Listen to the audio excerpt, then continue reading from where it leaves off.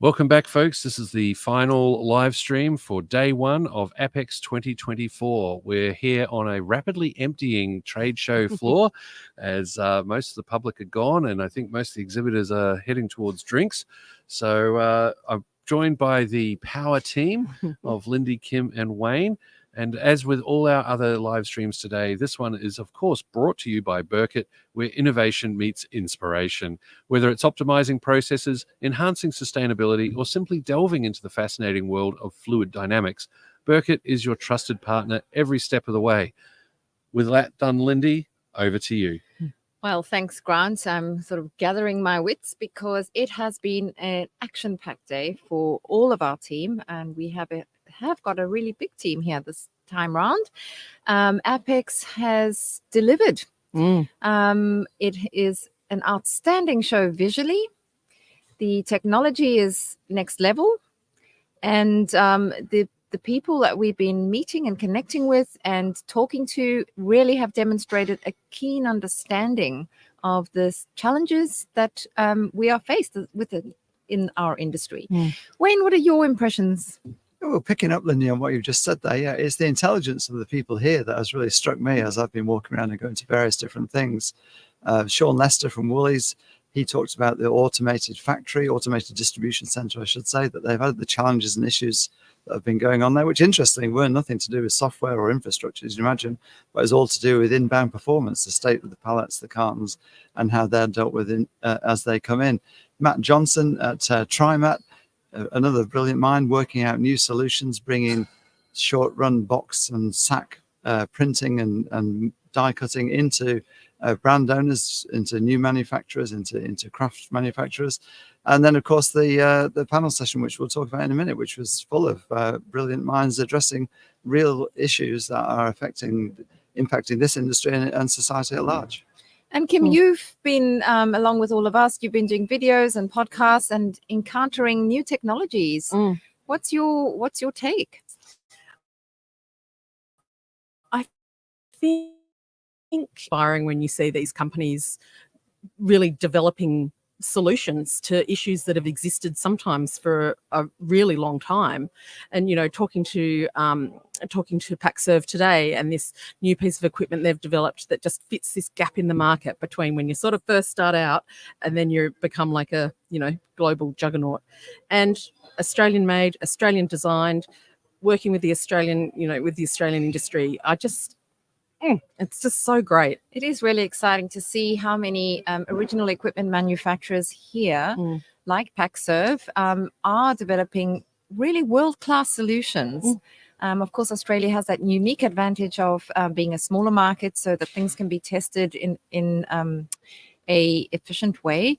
But it's impressive to see the level of technology here. The themes of this show are sustainability, efficiency, and automation. And all the equipment really and there's so much working equipment, working machinery on the show. Never have we had this much before. And certainly this is the largest show of its kind that we've had. And in fact, Mark Dingley told me it's nearly the largest show across all industries now. We are occupying the whole of the MCEC. Yeah. I know that when I was doing the podcast with Peter Tataiko from RMR Process, and he was saying that the amount of automation and having both sectors, like both processing and packaging, really represent, you know, there's not just a majority of one and a small of the other, and that he said it's a game changer. And I mean, the interesting thing here, or the urgency here that should be for people who haven't yet registered or are still thinking about coming, is that we won't have the show again until 2027. So for a big show and for new technology developments, we're not going to see them again unless you go to the global shows. 2026 is the next big one, is Interpack. There's IPAC IMA next year in Italy. But get down here and see it.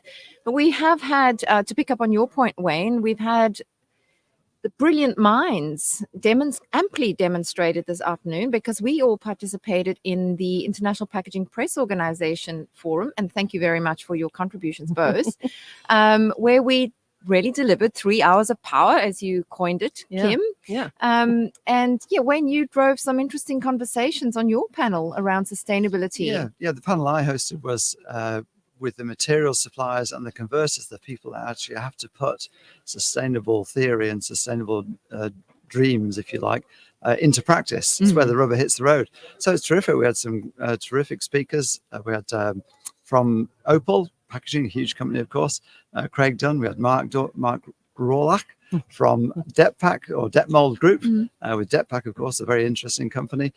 Daniel Malky from Jet Technologies and Zadie Jackson from Ball and Doggett, the suppliers. So it was a fascinating discussion, fascinating conversation, and really pointed the way forward, and gave us some indication of the intellectual capacity that's being used to deal with the issues that we face. And Kim, you had a brilliant panel with 3 big brand owners, SPC, Arnott's, and Mondelez International. Yes. And what was the key takeout from that? I think the key takeout for all of them is the need for collaboration and the need for communication as well, and navigating the pressures that come onto the R&D departments and the packaging departments from external forces, as well as even internally within their own company, about what they're trying to achieve, why they're trying to achieve it. And I just think it's so interesting watching these companies, and SPC and Arnott's within Australia, they're such heritage brands, and so to be really pulling those companies forward and being industry leaders in terms of what they're doing is it's real testimony to, I think, the commitment and the determination to step up and to lead, really. And we had we topped and tailed the session with a talk with Tim Sykes from Packaging Europe, and then Chris Foley from APPEX at the end, just looking also at the regulatory quagmire that the industry is facing from many aspects of it. It's a political game. It's also necessary because we've got tremendous waste challenges both here in Europe and globally. So that was really interesting. And we also did touch on smart packaging. Andrew Manley delivered an excellent presentation on the technology opportunity that smart packaging represents, but also the challenges for it, and how important smart packaging potentially could be to help factors like sustainability, food waste, preventing food waste, making packaging make a difference. So yeah, all in all, I think we've had a great day. Yeah, well, what was really encouraging also about that IPPO presentation, those 3 hours, was not only the caliber of the panelists, but also the number of people attending. Yes, there's hundreds of people. We had over 500 people across the 3 hours, which I'm really thankful for, because of course I was nervous of having an audience of 3, but it didn't pan out that way, and that just shows how engaged the audience is and the industry is. And in fact, one of the commentators who has been running the events said they were a remarkably engaged audience. People wanted to hear and also wanted to participate. So that was fantastic. But as we wrap up here, fantastic day 1, great effort from our whole team. Thank you to Grant, who's been running the podcast. Thank you to Stephen and Sean, who've been running the videos and doing the editing. And thank you to the wider team. Sharon, who's been stepping up on the podcast when we were busy at the forum. Will, who's been learning the video ropes. And of course, to Jan Reza, who back home is putting it all together and getting it out on his mission control. He's getting it out on onto the channels. So, phew, we did it. Day 1. Day 1 done. Day 1, 3 more days to go. Stay tuned to this channel. Come back tomorrow. Indeed. We'll see what we're able to put out. But for now, this is the end of today's live streaming, all of which has been brought to you by Burkert, where innovation meets inspiration. It's been a long day. My English is suffering. And with that, we're going to say thanks, folks. Have a great evening, and come back tomorrow and see what we've got for you.